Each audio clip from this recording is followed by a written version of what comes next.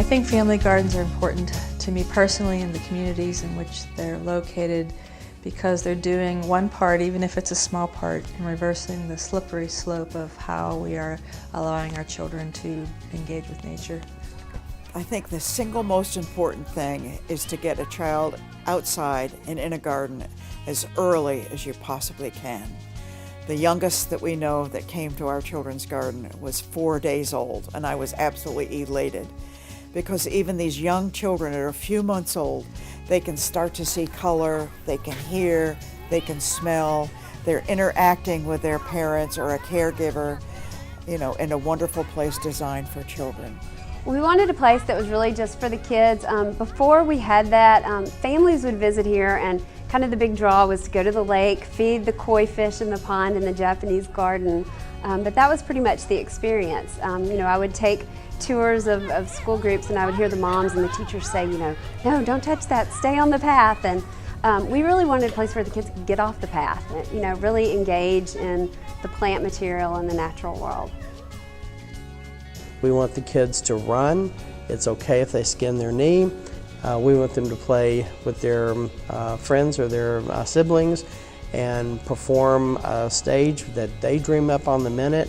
We want them to get active. We want them to get tired. We want them to have fun.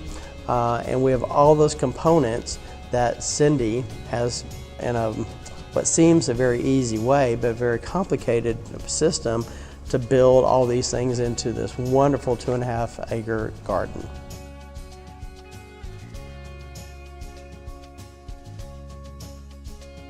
We realized when we were building it, it needed to be an educational garden. We realized at that point also that food was becoming more important in people's lives, but we also had a mission to, I think, teach and inspire people about the food they eat. And that really was the goal of this garden, is to show people where their food comes from, how it grows, and how it tastes. And I feel like we've accomplished that. The idea was conceived that it would be a discovery garden, it would be a hands-on interactive garden, and it would be something that would be designed for education, but also as an attraction to bring younger families into the membership at the garden, and to give younger families with small children a great place for children to come, play, and learn.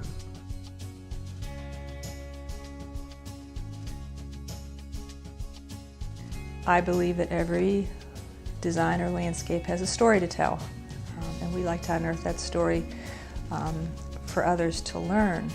However, they're not going to learn anything unless it's compelling beauty and its time-sustaining endurance can kind of grab someone and get them to want to dwell in your designs in your space and absorb that story, and then be inspired to take action from that visit to the space you've designed. To the community, I think we've been a model not only for other parks but schools.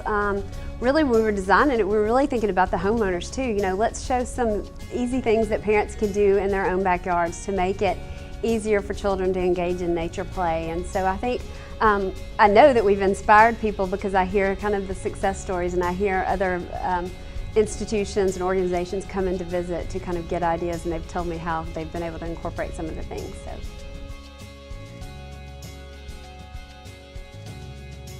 Cindy and Terra Design have not only design facilities, but they have a practical knowledge of their operations. Well, we definitely would recommend Cindy, and we have in the past. And basically, I think what you get there is a collaborative effort, and I think that's so important. It's not someone telling you what it should be or how it should look. So we get a great collaborative team working with her, and I know she's very receptive to that with any of her clients. And I think that's probably the best thing, as well as some great creative design, which is very important.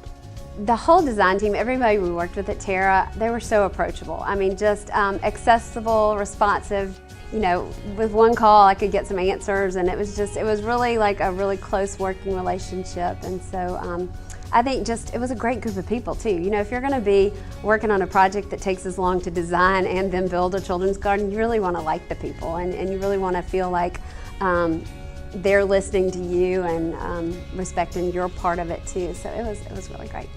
We were looking for expertise, someone that had the imagination and the ability, and when she came down on her first visit, there was just that chemistry there that we felt like that even though, as I kidded her, even though she was a Yankee lady, I thought I could work with her, all right?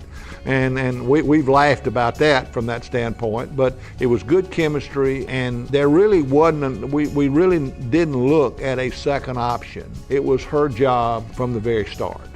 She's highly regarded in the industry because of her interaction with so many different groups of people, her interaction with master gardeners, with school people who are working with children.